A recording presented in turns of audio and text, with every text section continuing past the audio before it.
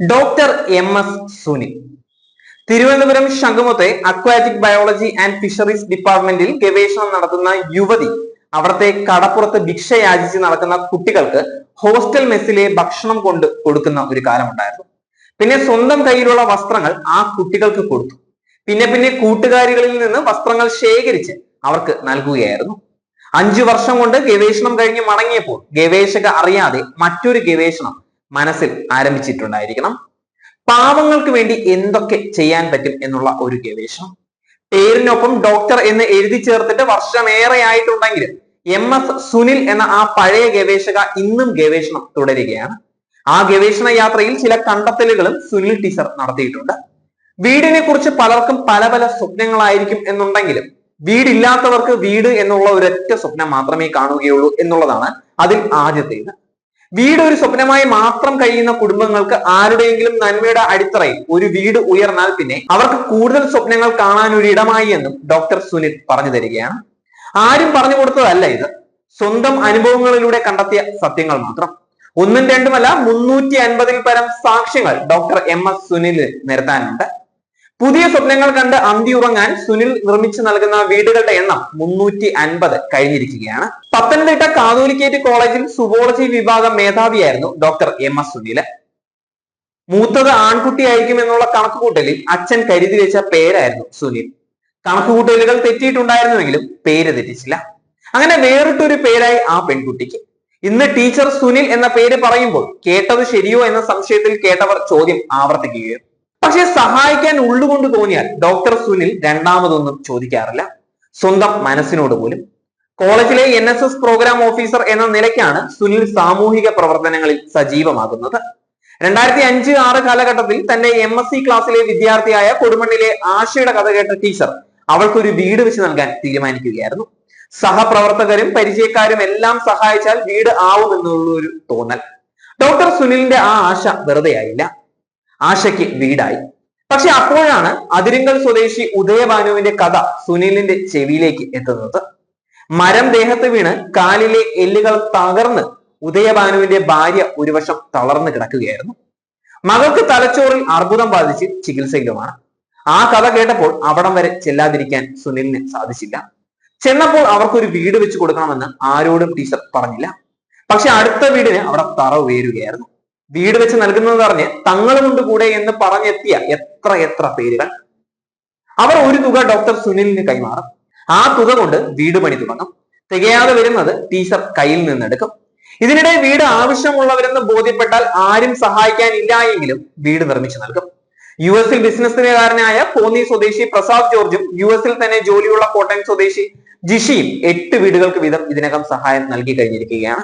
Doctor Philipose Mar Chrysostom വലിയ മെത്രാപ്പൊലിത്ത, doctor Yuhanon Mar Chrysostom, bishop doctor KP Yohannan മെത്രാപ്പൊലിത്ത, രാജ്യസഭാ ഉപാധ്യക്ഷൻ PJ കുര്യൻ, ചലച്ചിത്ര സംവിധായകൻ ജൂഡ് ആന്റണി തുടങ്ങി അറിയപ്പെടുന്നവരും അല്ലാത്തവരുമായ എത്രയോ പേർ ഡോക്ടർ സുനിലിന്റെ പ്രവർത്തനങ്ങളിൽ തൽപരരായി വീടിന് പണം കൈമാറുന്നു. അതിൽ ഒരു ചില്ലിക്കാശ് പോലും മറുവഴിക്ക് പോകില്ല എന്നുള്ളത് അവർക്ക് നന്നായി അറിയാം. പേര് പറഞ്ഞാൽ ആരും അറിയാത്ത പിന്നെയും ആരൊക്കെയോ അണിയറയ്ക്ക് പിന്നിലുണ്ട്. ഇതിൽ ചിലരെയും ഇതുവരെ നേരിട്ട് കണ്ടിട്ട് പോലുമില്ല എന്ന് ഡോക്ടർ സുനിൽ തന്നെ പറയുകയാണ്. പത്തനംതിട്ട നഗരത്തിനടുത്ത് അഴൂരിൽ ടീച്ചറുടെ വീടിന്റെ പേര് തന്നെ കൃപ എന്നാണ്. സഹായങ്ങളെ തേടി ആർക്കും എപ്പോൾ വേണമെങ്കിലും ആ വീട്ടിലേക്ക് എത്താം. മറ്റുള്ളവർക്ക് വേണ്ടി ആയിരിക്കണം നിങ്ങളുടെ സന്ദർശനം എന്നത് മാത്രം. കാരണം യഥാർത്ഥത്തിൽ സഹായം ആവശ്യമുള്ളവർക്ക് അത് എവിടെ നിന്ന് കിട്ടുമെന്ന് പോലും അറിയില്ല എന്നാണ് ടീച്ചർ ഇത്രയും കാലത്തെ ഗവേഷണത്തിനിടെ മനസ്സിലാക്കിയിരിക്കുന്നത്. ആവശ്യക്കാരെ കുറിച്ച് ആരെങ്കിലും പറഞ്ഞു കേട്ടാൽ അവിടെ എത്തി സ്ഥിതി വിലയിരുത്തും. നാട്ടുകാരോടും ജനപ്രതിനിധികളോടും സംസാരിക്കും. വീട് പണി എല്ലാ ദിവസവും നേരിട്ട് ചെന്ന് വിലയിരുത്തുമെന്ന് ഡോക്ടർ സുനിലിന് നിർബന്ധമുണ്ട്. നിർമ്മിച്ച വീടുകളിൽ ഓണത്തിന് പുറകെയുമായി ഒരു സന്ദർശനം സുനിലിന് നിർബന്ധമാണ്. കാരുണ്യ പ്രവർത്തനങ്ങളിലൂടെ ആദിവാസി മേഖലയിലും സുനിൽ പരിചിത തന്നെയാണ്. ധാന്യങ്ങളും വസ്ത്രവുമായി എല്ലാ മാസവും സുനിൽ അവരുടെ കോളനികളിലേക്ക് എത്തുന്നതായിരിക്കും. ഭിന്നശേഷിയുള്ളവർക്കും വയോധികർക്കും വീൽ ചെയറുകൾ നൽകാറുമുണ്ട്. നേരത്തെ ചടങ്ങായിട്ടായിരുന്നു വീൽ ചെയർ വിതരണം. ആവശ്യക്കാരെ ഒരു ചടങ്ങിന് വേണ്ടി പോലും കാത്തു നിർത്തുന്നത് അനീതിയാണ് എന്ന് തോന്നിയതിനാലാണ് ഇപ്പോൾ ആവശ്യക്കാരെ കണ്ടാൽ അപ്പോൾ തന്നെ വീൽ ചെയർ വാങ്ങി നൽകുക എന്നതായിരുന്നു ഇപ്പോഴത്തെ രീതി. പല സ്ഥാപനങ്ങളിലായി 13 കുട്ടികളുടെ പഠന ചെലവ് മുഴുവൻ വഹിക്കുന്നത് സുനിൽ തന്നെയാണ്. നിർമ്മിച്ച വീടുകളിൽ പലതും സോളാർ വിളക്കുകൾ ടീച്ചർ സ്ഥാപിച്ചിട്ടുണ്ട്. വനിതാ ശാക്തീകരണ പരിപാടികളിലും ഡോക്ടർ സുനിൽ മുൻപന്തിയിൽ തന്നെയാണ് ഉള്ളത്. അങ്ങനെ പറഞ്ഞാൽ തീരാത്ത മറ്റെന്തൊക്കെയോ പിന്നെയുമുണ്ട്. എല്ലാം പഴയ ഗവേഷകയുടെ പഴയ ഗവേഷണത്തിന്റെ ഭാഗം മാത്രമാണ്. പാവങ്ങൾക്ക് വേണ്ടി എന്തൊക്കെ ചെയ്യാൻ പറ്റുമെന്നുള്ള ഗവേഷണം മാത്രം.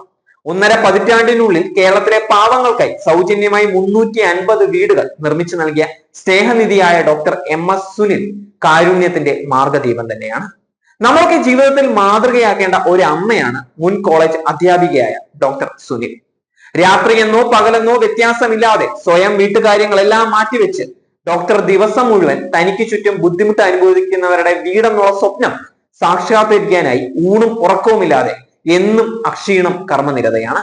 വിധവകൾക്കും അവരുടെ പൊന്നോമനകൾക്കും രോഗികൾക്കും പാവപ്പെട്ടവർക്കും വീടെന്നുള്ള സ്വപ്നം സാഫല്യമായി. സ്വാർത്ഥകമാണ് ടീച്ചറിന്റെ നിതാന്ത പരിശ്രമങ്ങൾ.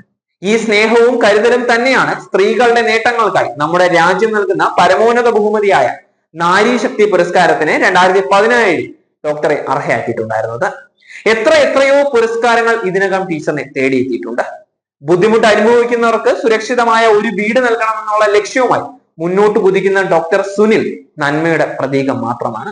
എനിക്കും എന്റെ ബന്ധുമിത്രാദികൾക്കും എല്ലാം എങ്ങനെയും പണം ഉണ്ടാക്കണം എന്ന് ചിന്തിക്കുന്ന നല്ലവരായ സാമ്പത്തിക ഉന്നതിയിൽ കഴിയുന്ന എല്ലാ മേഖലകളിലുള്ള പ്രമുഖർ ഇവരെയൊക്കെ മാതൃകയാക്കാൻ കഴിഞ്ഞാൽ നമ്മുടെ കേരളവും തീർച്ചയായും രക്ഷപ്പെടുക തന്നെ ചെയ്യും.